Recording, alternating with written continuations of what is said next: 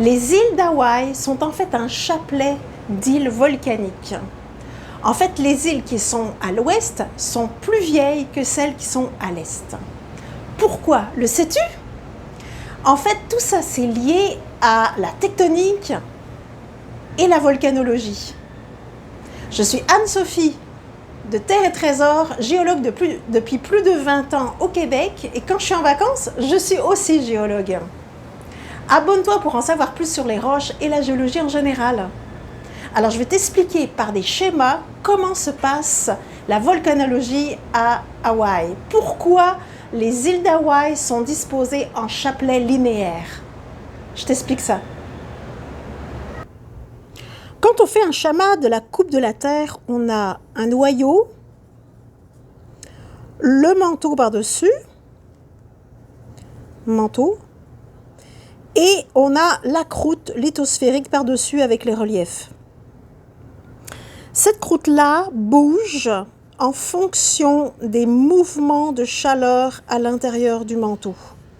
Il y a une grosse activité de flux de chaleur à l'intérieur du manteau et c'est ce qui fait bouger la croûte terrestre par-dessus en fait. La croûte se flotte par-dessus le magma et elle bouge à cause des mouvements de chaleur à l'intérieur du manteau. Les îles d'Hawaï se situent en plein milieu d'une plaque lithosphérique. Alors ce qui se passe, c'est que au niveau du noyau, le noyau est très chaud, très chaud, chaleur plus. Le manteau, c'est très chaud aussi. Et la croûte, eh bien, elle est beaucoup plus froide que tout ça. Au niveau d'Hawaï, on a un point chaud, en fait, en bas du manteau, proche du noyau, qui fait un panache de chaleur qui remonte, en fait. Ça fait remonter de la lave à la surface. C'est comme s'il y avait vraiment un point tellement beaucoup plus chaud qu'il avait besoin d'échapper sa chaleur au-dessus. Ce qu'on appelle un point chaud, un panache de chaleur, un hotspot, tout ça c'est la même chose. Donc en faisant remonter la lave à la surface, ça forme des volcans. Donc on a ici un volcan qui se forme par exemple, toc. Mais ce qu'il faut savoir, c'est que comme la croûte au niveau des îles d'Hawaï se déplace de 8,5 cm par année, eh bien, ce mouvement de la croûte au-dessus du manteau va permettre un phénomène bien particulier. En se déplaçant, les volcans qui se sont formés se déplacent aussi. Donc ici, on a des anciens volcans et le point chaud, il est toujours à la même place. Lui, il va continuer à faire d'autres volcans à la même place que d'habitude, mais sauf que la croûte terrestre a bougé. Donc on a un nouveau volcan. Ici, ces volcans-là n'ont plus d'activité. Ils n'ont plus d'activité volcanique.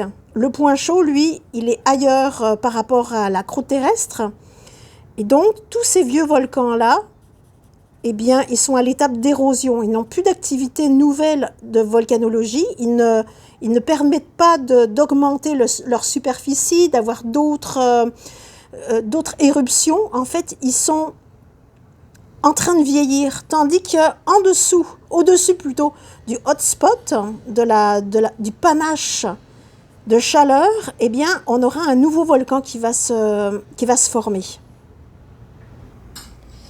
Alors voici la carte des îles d'Hawaï. On voit que c'est cette île-là, qui s'appelle l'île d'Hawaï d'ailleurs, qui est la plus récente dans tout le chapelet d'îles. Et Honolulu se trouve sur une île qui donc a une activité volcanique qui est finie. Donc il n'y a pas de risque d'autres activités volcaniques sur ces autres îles en fait.